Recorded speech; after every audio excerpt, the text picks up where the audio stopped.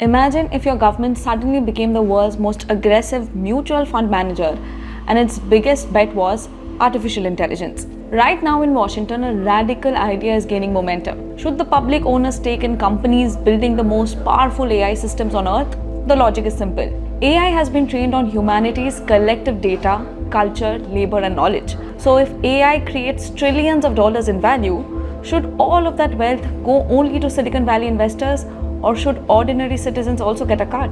But this idea of a state-backed AI wealth fund is already triggering a much bigger question. Are we watching the beginning of a geopolitical fracture around AI? Now, as of mid-2026, US officials are exploring ways to give Americans a financial stake in the AI boom. One idea involves the government receiving equity in major AI firms. Another involves a public wealth fund that could distribute AI-linked gains to citizens. After OpenAI proposed a public wealth fund model, the idea gained traction globally. The design lets people benefit from AI-driven economic growth, even without stock ownership. Now, the philosophy behind this is simple but explosive.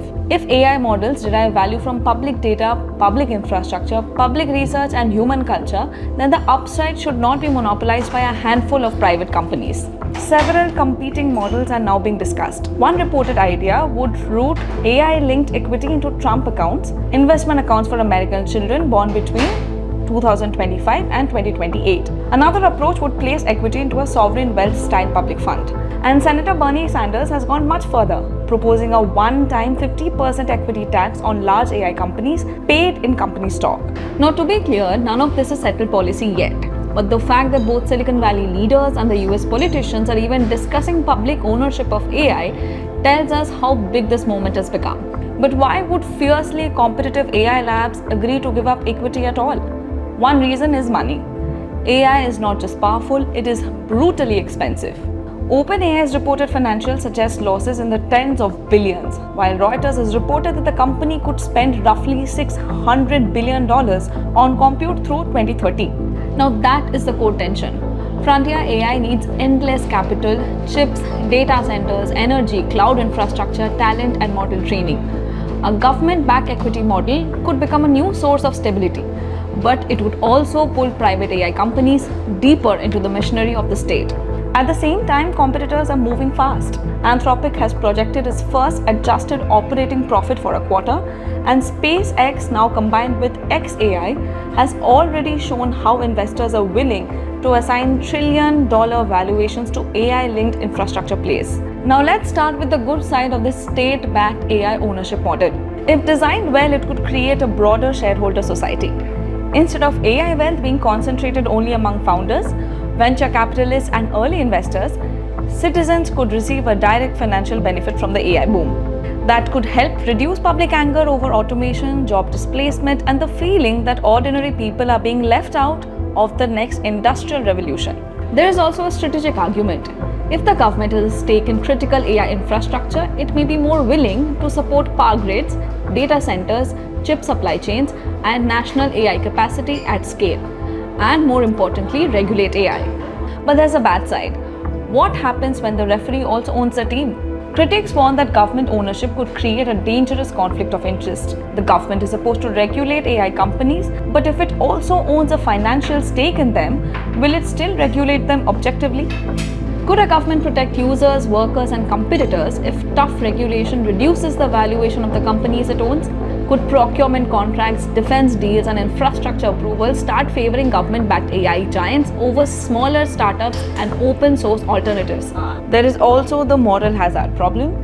If an AI company becomes too strategic to fail, taxpayers could eventually be asked to rescue it. Now for the ugly side. And this is why people watching from London, Mumbai, Tokyo, or anywhere outside the US should pay attention.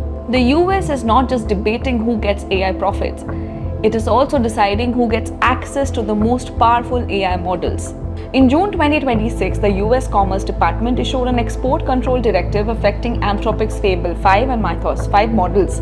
The directive restricted access for foreign nationals, citing national security and jailbreak concerns. Because Anthropic couldn't filter users by nationality across cloud platforms, it had to disable both models globally, cutting off access even for US customers to ensure compliance. Now, this is a major signal. AI access is no longer just a product decision made by a company. It can now become a geopolitical decision made by a government. Imagine entire global workflows, enterprise coding, cybersecurity, research, product development suddenly being disrupted because of one administrative decision in Washington. The fallout has been immediate.